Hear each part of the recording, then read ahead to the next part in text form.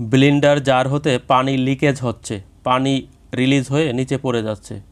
তো কি কারণে হচ্ছে আমরা দেখব এবং এই সমস্যার সমাধান করব। তো এটা মূলত ব্লেন্ডার জারের ছোট জার, ব্লেন্ডার মেশিনের ছোট জার, এ কারণে এই জারটি বেশি ব্যবহার হয়। যেহেতু এখানে মশলা গুঁড়ো করা হয়, ব্লেন্ড করা হয়, তো পানি ব্যবহার করলে পানি ব্লেন্ডারের উপরের অংশে ছড়িয়ে পড়ে, রিলিজ হয় বা লিকেজ হয়। তো আমি একটু পানি দিয়েছি এবং যখন এই ব্লেড ঘোরানো হয় তখন মূলত পানি নিচে পড়ে যায়, লিক হয়। দেখেন নিচে পানি লিক হচ্ছে, ওই যে ফোটায় ফোটায় দেখা যাচ্ছে পানি লিকেজ হচ্ছে। তো আমরা লিকেজের কারণটা ধরতে পেরেছি। এর যে ব্লেড রয়েছে তার সাথে একটি শ্যাফট থাকে যেটা মূলত ঘোরে। দেখেন পানি পড়ছে এবং শ্যাফট মূলত বুশের ভিতরে থাকে। ওই বুশ এবং শ্যাফট ক্ষয় হয়ে গেছে, দেখেন পানি পড়ছে। এই যে আমার হাতের উপরে পানি পড়ছে, একটু ঘুরালেই, ব্লেড ঘুরালেই পানি পড়ছে। এই যে দেখেন বেজের সাথে পানি, এই যে পানি দেখা যাচ্ছে। তো আমরা কি করব, এই ব্লেড খুলব এবং ওই শ্যাফট এবং বুশ পরিবর্তন করব। তো মার্কেটে ব্লেন্ডার জারের বা ব্লেন্ডার মেশিনের প্রত্যেকটা অংশ, প্রত্যেকটা যন্ত্রাংশ কিনতে পাওয়া যায়। আমি কাপড় দিয়ে ব্লেড ধরে রেখেছি এবং কাপলার খোলার জন্য একটি ওপেনার তৈরি করে রেখেছি। আপনারা চাইলে এখানে কোনো একটা কম্বিনেশন প্লেয়ার ব্যবহার করতে পারেন, অথবা আরেকটি কাপড় ব্যবহার করে আপনারা উল্টা দিকে ঘোরাবেন।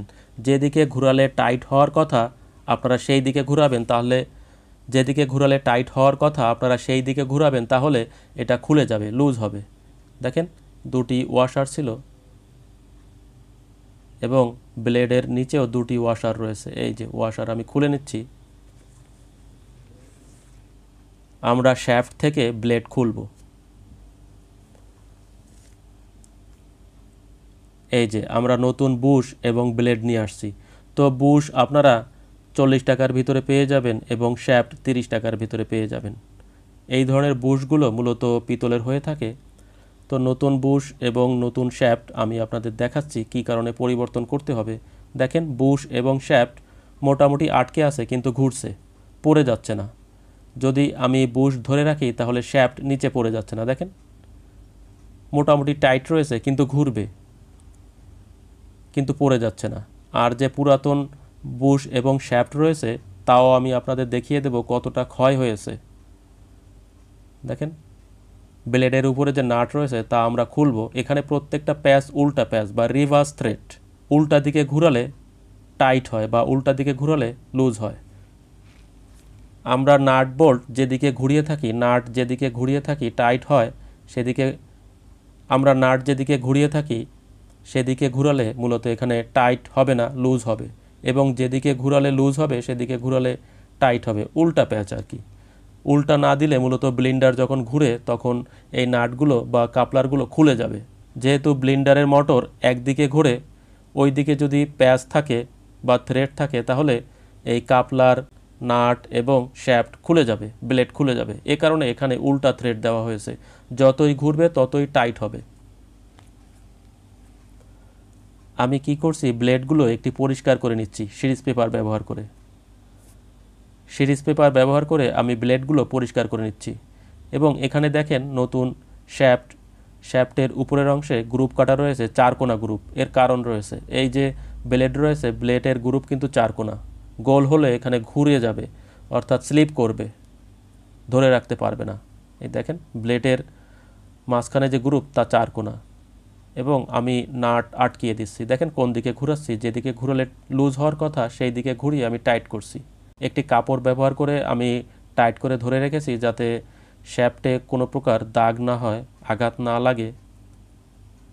দেখেন আমি নাট টাইট করে দিচ্ছি। এই ধরনের নাট কিনতে পাওয়া যায়, এটা পিতলের নাট।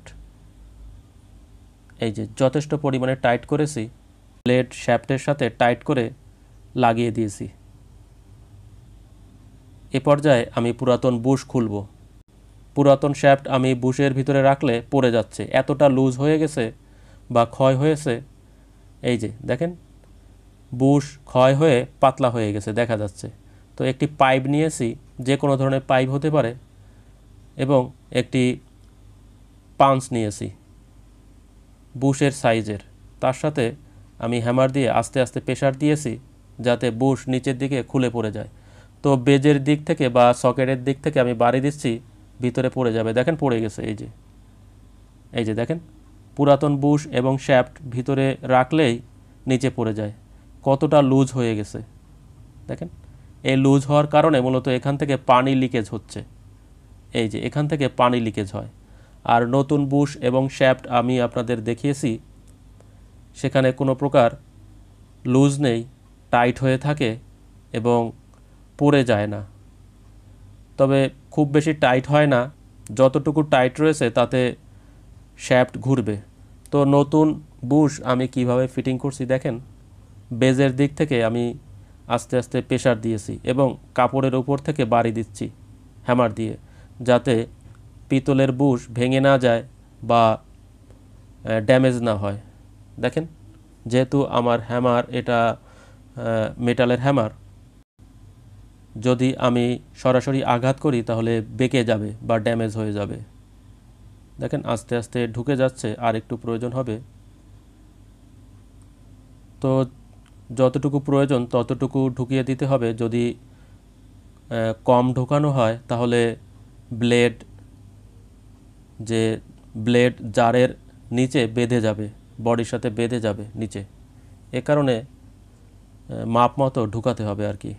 তো আমরা এই যে ওয়াশার দিয়ে নিয়েছি, দুটি ওয়াশার ব্লেডের নিচে এবং শ্যাফট বুশের ভিতরে ঢুকিয়ে দিচ্ছি।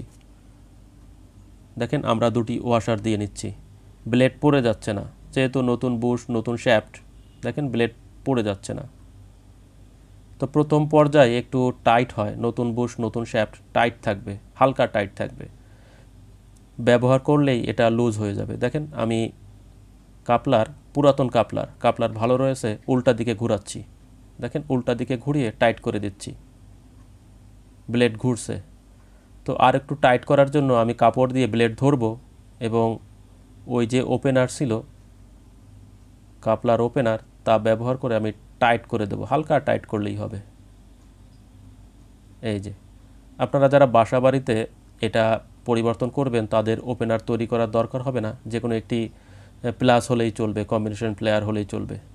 এই যে গ্রুপ রয়েছে জারের যে সকেট তার সাথে দুটি গ্রুপ থাকে এবং মেশিনের উপরে দুটি গ্রুপ রয়েছে। এই গ্রুপের ভিতরে ঢুকিয়ে এই দিকে চলে যাবে, ডান দিকে চলে যাবে। দেখেন ঘুরাতে হবে এবং আরেকটি গ্রুপ রয়েছে, দুই সাইডে দুটি গ্রুপ। এই যে গ্রুপ, এই গ্রুপের ভিতরে আটকে যাবে। যদি আটকে না দেন, অল্প পরিমাণে দিয়ে আপনারা ব্যবহার করেন বা মেশিন চালু করে দেন, তাহলে কাপলার ক্ষয় হবে। দেখেন আমি আটকে দিয়েছি এবং ব্যবহার করছি, ব্লেড ঘুরছে।